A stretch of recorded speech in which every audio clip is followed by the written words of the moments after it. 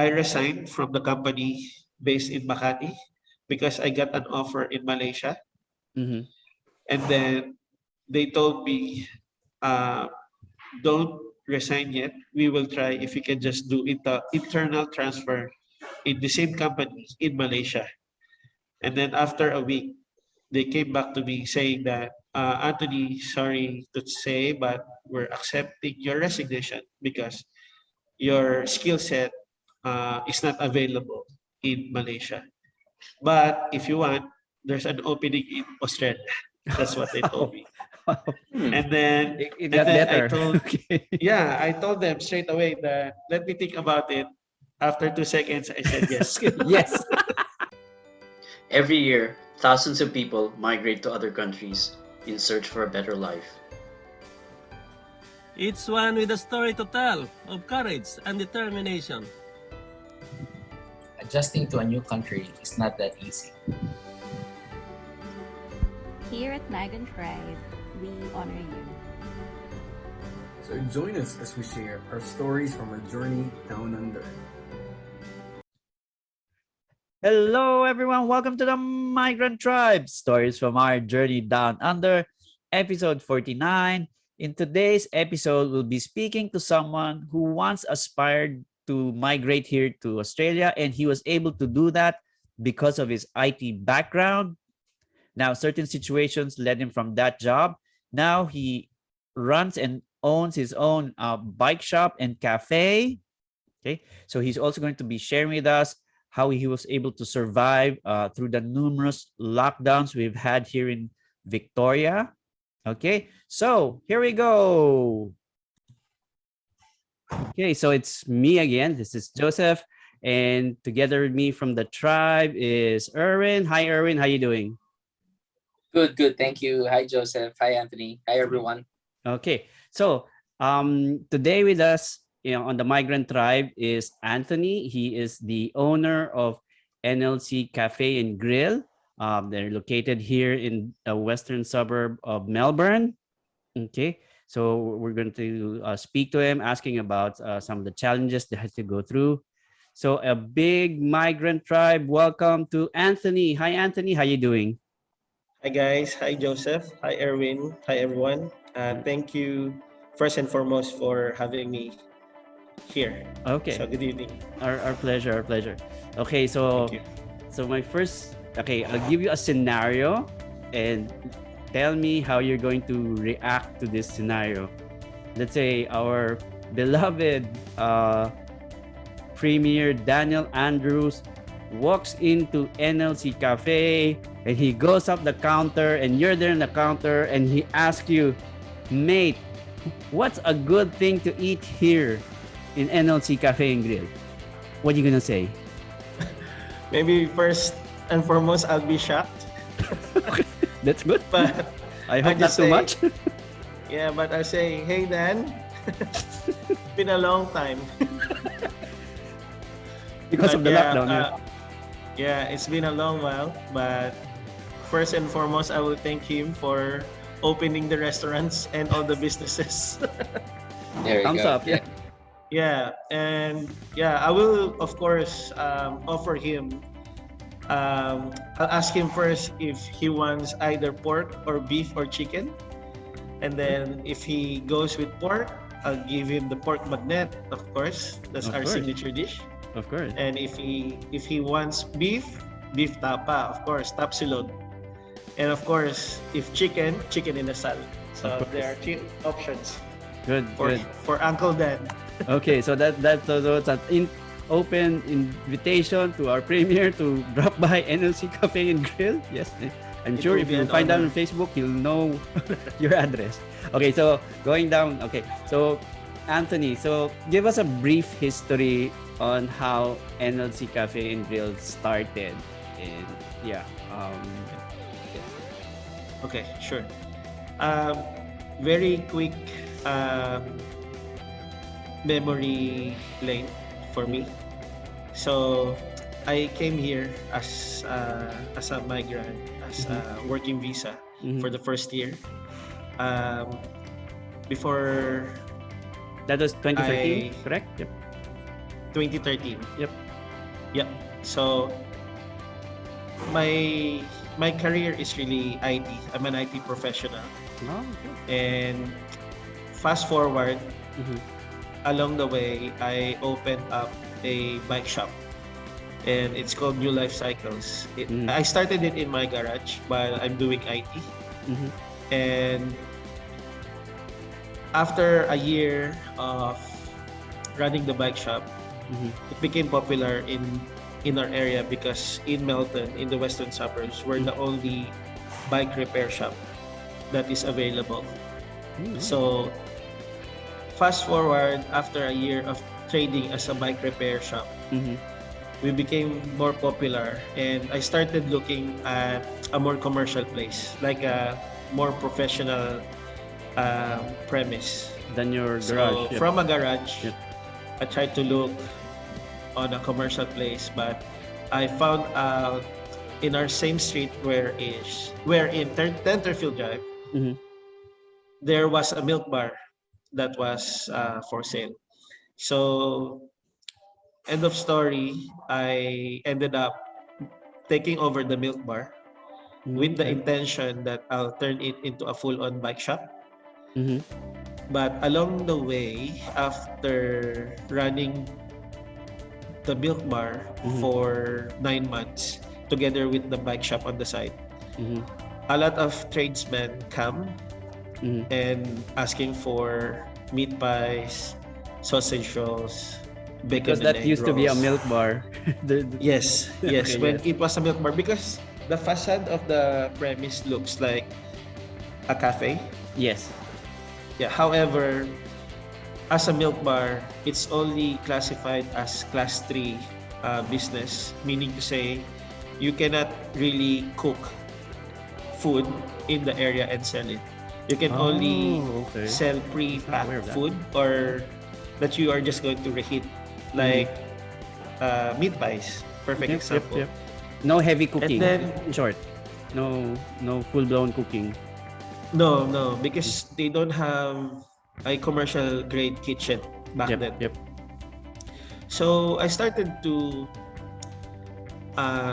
think, because a lot of foot traffic. Because before, when I took over as a milk bar, the sales is not very That's good great. at all. Yep. People just come to if they forgot tomato sauce or flour or bread or milk.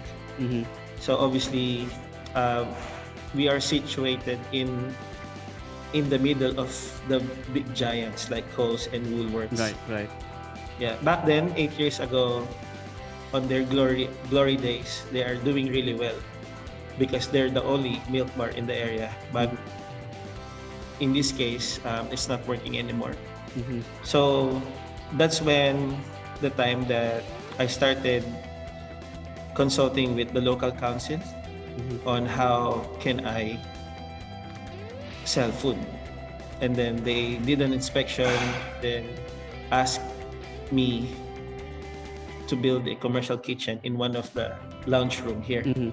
And then, that was beginning of August of 2018 when I started asking them.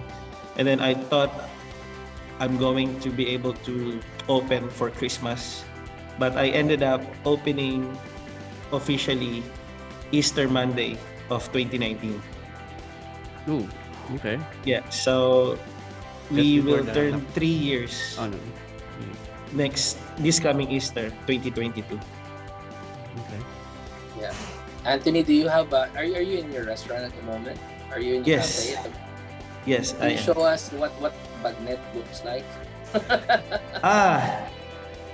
At the moment, I think I you wish just I finished. can, but we closed the kitchen already. That's okay. Oh, do you? Okay. But I can send you some photos. Yes, yes. Yeah. We'll definitely post the Can photos you here. share? Would you be able to share? Yeah, I can. those I can for sure. Yeah. So viewers can see the bagnet. Yeah, I have it in my phone here. Wait, I just fry it. Beautiful. So this is the. Can you see it? Closer if you can. It's a bit Can you invite me to Joseph so Joseph can share it via video? Yes. Yeah, I'll edit this video and I'll put some photos Yeah. of the place as well as the food. Beautiful. okay. Yeah. Okay. And the restaurant too, so we can see. Of course. Yes. Yeah, sure, I'll, sure. I'll definitely, I'll grab that from your FB page if that's okay. Beautiful. Okay. Hi, So, Joey. Hello, everyone. hey, Joey.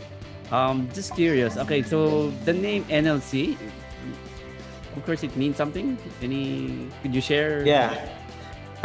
When I started, as I mentioned, I started running a business as a bike repair shop. Mm-hmm. The bike shop is called New Life Cycles. Mm-hmm. And when it came to the point that I need to register Mm-hmm. the business as a restaurant, I was thinking of the name. And then most of my customers in the bike shop, they call New Life Cycles as NLC, as an acronym of New Life Cycles. Oh. So very. so when interesting. Okay, that's good. That's a when good one. when I was thinking of a name, because I thought of New Life Cycles Cafe. It's too long and it's not that catchy. And then I just tried to play around the name and I found Enelssie. So that's the name. Oh, okay. Yeah. Yep. NLC was born. Oh, okay. Okay. Yeah. So it's spelled. I just did the spelling ENELSSIE. So it's like as a migrant actually, new life in Aussie. So NLC. Mm-hmm. Okay. So much meaning in that simple name. Good. Thank you. Yeah. Very, very ingenious. Okay. So take us back. 2020. Okay. Victoria went through 6 lockdown, correct? Yes. Tell us, the challenges when the lockdown started coming in, and what did you do to help, cope up with the challenges? Yeah. So to start with, this is the time when all the paper tissue rolls are being hoarded. That's the first thing that I remember. Yes. That's the sign that it's really starting up. Mm-hmm. It's affecting us. At first, you can hear it from everyone that there can be a long lockdown and all that. But for me as a business owner, I'm always positive that no, it's not going to happen. Let's not panic, things like that. Mm-hmm. And then it took me a while for me to really accept it, that it's really happening, until we really had to shut down. That no dine-in allowed. At first, it's just 1 month and turned to 6 months. 6 months. So the journey was really, really hard. I can really remember exactly what happened. It's still fresh in my mind. Thankfully, during that time, I wasn't really into deliveries before. Yes. Because the idea in the restaurant is bring people together to have bonding time with family and friends. Mhm. That's the idea. Yep. And for me, I didn't accept deliveries straight away. Mhm. A lot of delivery companies reach out to me, but I didn't accept their offer straight away. And then, a blessing in disguise, I have a bike shop on the side. Mhm. This is the time where you can only go out for 2 hours to exercise, either running or cycling. So, since I'm the only bike shop in the area, the whole dining area became the workshop for the bike shop. So, everyone comes, even if their bikes haven't been ridden for so long, because there has been a large or huge scarcity of bikes as well. Mm-hmm. That everyone just wants to buy bikes. Mm-hmm. That was last year, Yes. and it helped me. During the time, I did not operate Mm-hmm.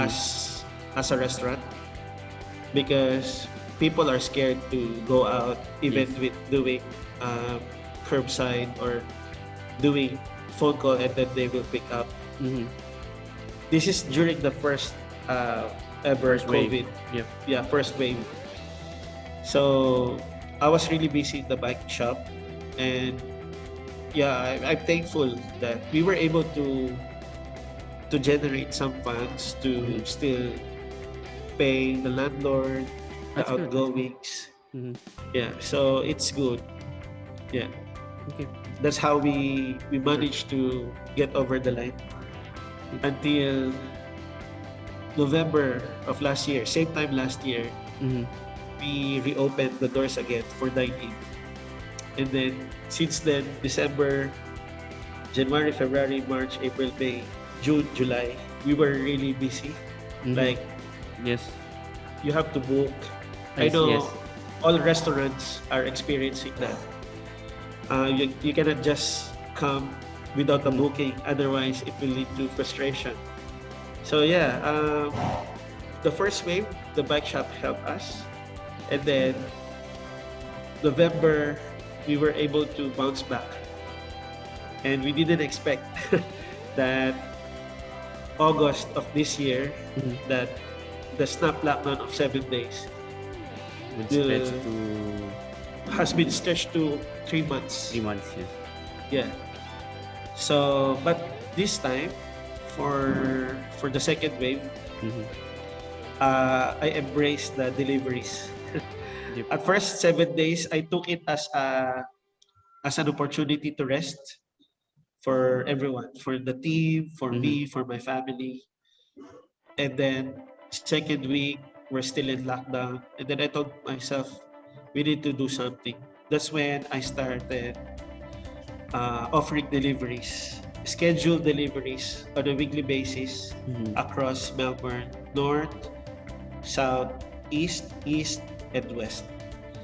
So that's how we were able to survive. Oh. Yes. Okay. So you didn't go with the traditional deliveries like DoorDash or Uber Eats? I wanted to, Uh-huh. but with all honesty, I find it not challenging. That's not the word, but I find it because maybe dual purpose, because I find it as a therapy driving Oh, okay. to these places, Mm-hmm. and we found it very effective where we ran the promotion or ads for 1 week. Mm-hmm. Next week we will be in your area, so you have 5 days to pre-order, Mm-hmm. and then yeah, that's where we find it somehow effective, where people get excited that they cannot come here because it's far, but we Mhm. go to them. So although 50 to 60% decline still overall for the sales compared to no lockdown, pre-COVID, yep. yeah, but How better many than percent? better than zero. 50 to 60% decline. No, decline. Okay. Yeah. So better That's than still hard. nothing. Yeah. But we still do DoorDash locally, like nearby, Okay. because I think they don't accept 10 kilometers, more than 10 kilometers ranges. Okay. Yeah. And were you able to avail of some of the government assistance during this time? Yes. Thankfully, I was always talking to my wife about how blessed we are in this country, Mm-hmm. because without it, it's a big help. We were receiving, to be exact, for the business of small business for restaurant, 2,800 per week, and that's a big help already to pay our rentals, our outgoings, and to pay our employees as well. So it's really good. That's very good. Yeah. So how many staffs do you got at the moment? How many staffs do you have, or do you employ? Now, I have about 15. So it's a combination of, because we open 10 a.m. and we close the kitchen 9 p.m. But on the weekend, we are open until 10 o'clock because people stay late, especially Friday, Saturday. But yeah, we're a 12-hour shift. So there's opening, mid-shift, and closing. So yeah. You've mentioned that you actually did the cycling or the bike shop. So how does it affect now? Or is it affected, or did you stop servicing that portion of the business, or? It's still ongoing. It's still ongoing at the moment. So majority of the customers that we get is locals, like family bikes, or father son riding, things like that. Yeah, and then I still get like high-end bikes, or per se like enthusiasts, but by booking at the moment. And do you still have that display of your bikes, nice bikes you got there? Yeah, Or still like here. memorabilia? Yeah. If you, I think some of them have seen. I'm not sure if Erwin have seen that, but the shop is really. Have you told about? I'm not sure if you already mentioned about it, but you've converted that place, your house, to be a restaurant. Is that right? Yes. Yeah. That's the correct. history. Yeah. So started Yeah. from the garage, and then moved to a milk bar, and then with the intention of making it as a full-on bike shop, and turn it to a bike shop feel slash cafe restaurant. Okay. So And I live upstairs actually. okay. So Yeah, it's a 2-story building where downstairs is the commercial, Yep. and upstairs is the residential. So Nice. the hours are the same. So what time does the bike shop close, or is it the same 11 hours as the a.m. to cafe? Yeah, 11 a.m. to 4 p.m. Oh, okay. Yeah. Okay. And it's a very unique concept actually. Probably not so. I'm not too familiar with bikes, but it's a cool concept if you think about it. So generally, so people who are, and I'm sure it helps each one. Let's say people who are having their bikes fixed will probably order food. Coffee. Yeah, or Starting with- sometimes it's one way or the other. It's like when they fix bikes, they have their bikes fixed. They will realize that, oh, there's a restaurant here, or at the same time they eat here, and then they find out, oh, there's a bike repair shop here. Yeah. Cool That's a concept. good concept. And in a way, you kind of just stumbled upon that concept. It wasn't like kind of really pre-planned. I'm going to have a bike shop and a cafe kind of thing. No, when I was always reflecting about this when I told my wife that we've always dreamed of going to Australia because his relatives lives in Sydney, but we're based in the Philippines. It's always been a dream because we visited way back 2009 on our first year anniversary. Okay. And then we told ourselves, This is the hopefully place. one day we can apply and live in Australia. But never did I plan that, okay, Han, once we get to Australia, after 2-3 years, let's put up a business. No. it was never in the plan because I came here as an IT professional. Yep. And yeah, by the way, I haven't mentioned I got sick because I have a severe gout, and just for me to be able to come to work, I will take Voltaren like a candy, like a. I'll drink it, or I'll take it, and it somehow affected my stomach lining and turned into surgery. And then I was total of 3 months off from work. And when I get back, they told me that they cannot keep me anymore. Yes. And yes. then so yeah, Wow. that's why that was 2017 December. Mhm. And then tried to find a job Mhm. beginning of 2018, January, February, March. Didn't land an interview because it's the beginning of the year, they said. Right. Until April, that's when I found out that the milk bar was for sale. And then That kind of started Yep. it all. Okay. So Yeah. and how are you feeling now? Still feeling? How are you totally controlling recovered. So it's And good now. Good. I'm looking after my uric acid levels because it's hereditary, unfortunately. Okay. Yeah, so I'm just looking after what I eat. Which is kind of ironic. You're serving the food. It's kind of ironic. The food that you serve is probably not good Yeah. for uric. I know.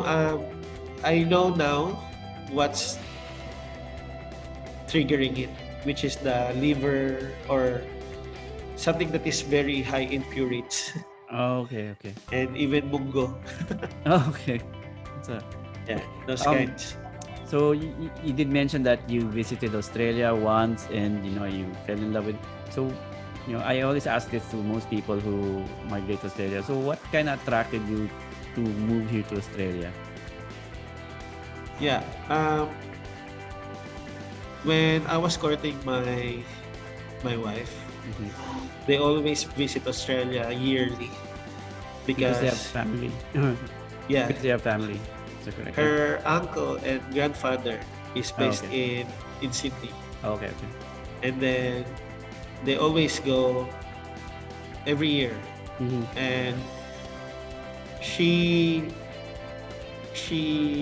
always wanted to go to Australia and migrate to Australia, and I'm sure it's because of the influence of Mhm. family, and at the same time, we all know that it's they call it land of what do you call this, honey. Milk and honey. Yeah, milk and honey. Yeah, so and it's a blessing to be here, Right. to Right. call it home. And I assume we were able to apply because of your IT skill Yeah. background. Was that Yes. the- Yeah. I was assigned here by the company Oh, okay. as 457 working visa. Initially, yeah. Because initially, just a quick story. Mhm. I resigned from the company based in Makati because I got an offer in Malaysia. Mhm. And then they told me, don't resign yet. We will try if we can just do internal transfer in the same company in Malaysia. And then after a week, they came back to me saying that, Anthony, sorry to say, but we're accepting your resignation because your skill set is not available in Malaysia. But if you want, there's an opening in Australia. That's what they told me. And then, It and got then better. I told, Okay. yeah, I told them straight away that let me think about it. After 2 seconds, I said yes. Yes. That's a good one. That's a good story. And I didn't know whether it's in Melbourne or Sydney. I Mhm. don't care where it is as long That's as it's Australia. That's good. That's good. Yeah, and then after that, I find my ways on how to become a PR. And then after a year, the point system and all Yes, that. yes. Yeah. Yeah, I got the nominated actually by Victoria as a subclass 190 during that time. Then got my permanent residency Okay. afterwards. So as we wind down, guys, we got a couple of minutes to go. Any questions, Joey, Erwin? Oh, kailan tayo magbabike ulit? Anthony. Actually, I've been training. Let's schedule one time. To be very honest with you, at the moment, my Saturdays, I know you guys go Saturdays. Oh yeah, But it's difficult. I start early on Saturday because I do the prep and everything. But Correct. hopefully, Lord willing, if I can somehow step back a bit, if the team can, run the restaurant or the kitchen, that's the goal. That's the goal. I'm training them, so at least I can have some time off as well. Then Maganda I raw can sa rest. gout ang cycling. Oo nga eh. I know. Okay. Anyway, kidding aside. So, Yeah. probably the last thing, the cyclist is in you, okay? Ito, I've been mentioning it through this conversation now. Pero I think, we've met personally, and this introduction, naturally, was possible to make it happen as well na at least magkakilala tayo. Pero yun nga, pinasakay mo ako ng bike mo. His bike is very, just to share with you guys, his bike is very light. Okay? Parang pwede mong buhatin ng isang daliri. So, yes. So, he's very gentle person, and we've introduced a lot of friends as well to be service their bikes to him. So, very humble person, let's see, Anthony. So, I'll watch out for you, Anthony. Anytime, pre. Just say, and I think so many people will be watching this story of yours for life, and we can't wait to share it out there. Okay. Thank you. Okay, so on our description, we'll put in your address and the link to your Facebook page and all the details for them to, so they have. So is the rule still the same? They have to call in first? Yeah. At the moment, Especially, it's still like yeah, that. yeah, Okay. actually, yes. Okay, cool. Okay, so I guess that's it. So again, thank you again for your time, Anthony. So you definitely have a very good story, migrant story, and that's what we're about. We're talking to people, and they're willing to share. And I'm sure there are some people out there who might be inspired of the things that you mentioned. So again, thank you, Anthony, for joining us. And I guess that's all. So on behalf of Joey and Erwin from the Migrant Tribe, okay, see ya. Bye. Salamat. Bye. Thank you. I hope you guys enjoyed that episode. Now, for those of you who haven't been to Enelssie Café and Grill, okay, so we'll put a link to their Facebook page, and you can find out more about their different dishes that they serve. Okay, continue watching the Migrant Tribe every week. Okay, like, and if you haven't subscribed, please subscribe. And that's all. See you. Bye.